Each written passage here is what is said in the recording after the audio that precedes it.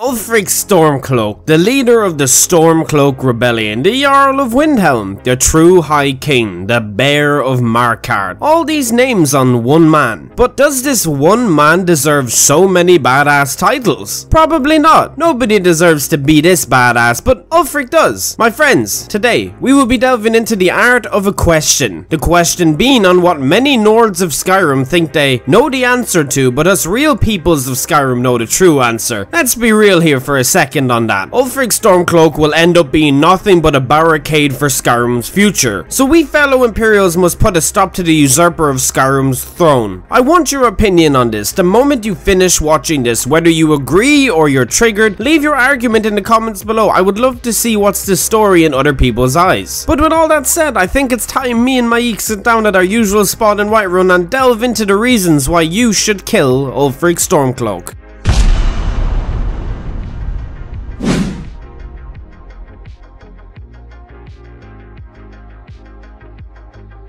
So a bit of brief instruction for you guys. If you don't for some reason know who this is, I know a lot of people still haven't finished the Civil War questline 7 years later, so I have taken that into mind. You were introduced to Ulfric Stormcloak at the very beginning of the game when you were being taken on the carriage to be executed alongside a thief and some Stormcloak soldiers. You get caught up in the middle of the Civil War unfortunately, and once you leave Helgen it will be the last time you see Ulfric for a long time, bar you immediately go to Windhelm. Ulfric Stormcloak felt that Torygg, the High King at the time of Skyrim, wasn't worthy or strong enough to be the High King of Skyrim. He felt along with the Empire, Torygg was betraying Skyrim and her people for the Thalmor, so he decided to walk into solitude and challenge High King Torygg to a fair duel in the Old Nord traditions. According to Ulfric's word, he won the duel fair and square, but in that same courtroom, people like Jarl Elisif and General Tullius ignored the Nord tradition and seen it as Ulfric just trying to usurp the throne to Skyrim. For this, the Empire decided to arrest Ulfric, but this did not happen as Ulfric managed to make it out of the city and get back to Windhelm. From this point out, the conflict really started to kick in for the Stormcloaks and Empire. Believe it or not, all this hatred and anger stems from a lot of places inside Ulfric, and one of them goes back to a very important event in Skyrim's history, and something we will talk about now. Ulfric Stormcloak was training to be a Greybeard for over 10 years, but when the Aldemary Dominion waged war at the Empire's doorsteps at the Imperial City, he felt obliged to help his brethren Nordic and Imperial people fight this menace away. The Great War then happened and Ulfric had to watch his best friends, his Nordic comrades, everybody he loved all die around him fighting for the cause they wanted to win for, as the Thalmor slayed them all mercilessly. The Thalmor managed to capture Ulfric somehow at one point, and what they would do to him would go on to shape the future of the Civil War permanently. Elenwen, one of the leaders of Skyrim's division of Thalmor, you meet her in the Thalmor embassy quest you do during the game, tortured Ulfric for some time, interrogated him, and in that time the Thalmor managed to convince Ulfric it was his fault the Imperial City was taken. We aren't entirely sure on the small gritty details on how long Ulfric was captured and what kind of torture was done to him, if any at all, but we assume there was because they're the Thalmor. It was long enough that the war had already ended. But the Thalmor made Ulfric believe it was information he leaked in his interrogation that led to the city being taken, so Ulfric ended up blaming himself for the entire thing, but this isn't true at all. The city had already been taken at this point. This was because the Thalmor seen Ulfric as an asset since he was a Jarl of the city and to be a Jarl once his father passed away. All this can be seen as great proof in the dossier inside the Thalmor embassy that you need to retrieve during Skyrim's questline near Solitude. So why am I telling you about all these little details? Well, this is all very important in coming to understand Ulfric's character, and it will also bring up to our reasons for why we're going to kill Ulfric. It might not be easy for you to do, as you might think Ulfric is right, you might sympathize with him, but it is for the best of Skyrim's future. The events that shaped Ulfric are what led him to do the things he did, and make him the person he is. Ulfric doesn't see the bigger picture with the Empire at all, and this is where Ulfric's true weakness shows. He comes off as a strong and intelligent leader, but is he really? Let's talk about another event that would shape Ulfric to be who he is.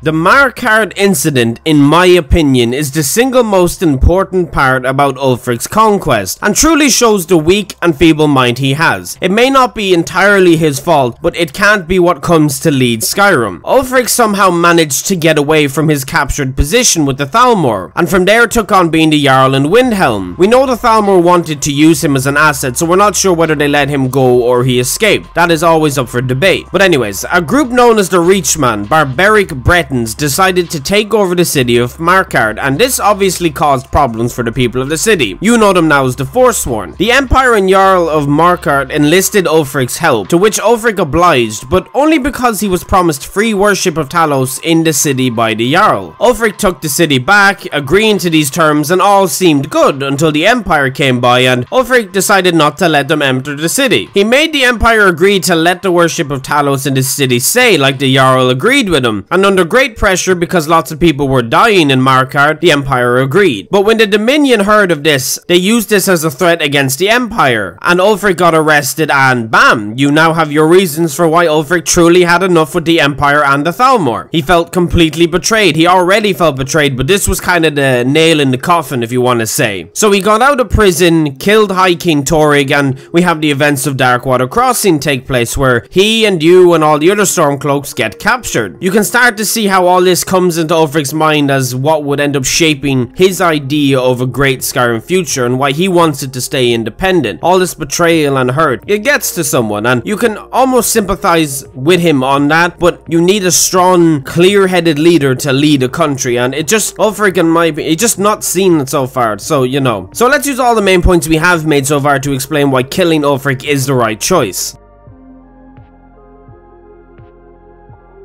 The best possible future for Skyrim is one under the rule of the Empire at this moment in time, and is my own personal opinion, but I feel a lot of people agree with me, because Ulfric cannot see or predict the Empire's actions, but I think we all can. The Empire stopped fighting in the Great War because they knew if they fought any longer, there would have been no Empire left to fight. So the master plan for the Empire is to keep building their forces and one day fight back. This isn't something the Empire are happy about. Ulfric takes this all as one giant betrayal against him, like some sort of giant crybaby. But what choice did the Empire have, really? Would Ulfric prefer the Thalmor kill all men and take over everywhere with no hope of a future for Tamriel? No, that isn't logical. The Empire did the best possible thing in their situation for the future of any country under their protection. In the long run, it will be a massive fight. Of course, there's going to be people who say, hey, well listen, you know, they did cave into the Thalmor's word, and you had a bunch of countries not happy about it, like Hammerfell and Skyrim and so forth, but if you think of the real reasoning behind the Empire, are they really wrong? Many people are going to die to change Tamriel's future, but Ulfric and his rebellion are not helping by ignoring a possible future like this. In terms of races, the Nords are extremely old-fashioned, and when the Thalmor tried to take Hammerfell, they failed miserably because the Redguards were used to fighting in Hammerfell's harsh conditions. The heat from them deserts is not funny, and the elves were not ready for that at all. They are also known to be incredible warriors with the finest curved swords around, and it's not that Nords aren't good warriors, they are amazing warriors. We know Ysgramor and giants like that were fantastic. It's just the people of Skyrim are much more uneducated than the rest of Tamriel, and this is a stone cold fact when you play Skyrim. Everyone is either a farmer, a blacksmith, or something else under the category of manual labor. The Thalmor want Ulfric to wage the civil war, and this is something the Empire realized, but Ulfric doesn't. The Empire can't say anything without, you know, threatening the midline of the White Gold conquer that. But once again, this shows us that the Empire knows exactly what is happening at all times, part of the master plan for the future. Yes, what happened to Ulfric is horrible, but it doesn't excuse him from being a big douchebag, which he is acting like. The court mage in Solitude even says a heartbreaking story to you if you talk to her. It's that if Ulfric asked Torrig for help, he probably would have said yes and agreed with him. Ulfric kills first and asks questions later, and this isn't a good strategy when winning a war. Yes, independence in a country is very important, and I feel a lot of countries in Tamriel can strive on their own independence, but Skyrim can only gain from being under Empire rule. A few taxes here and there is better in the long term than disease exploiting a small town and nobody is there to supply the goods to save it. Point is, Ulfric is very selfish with his objective in sight, and this is his biggest flaw as a leader. He isn't actually thinking thinking about Skyrim's future. He's thinking about himself.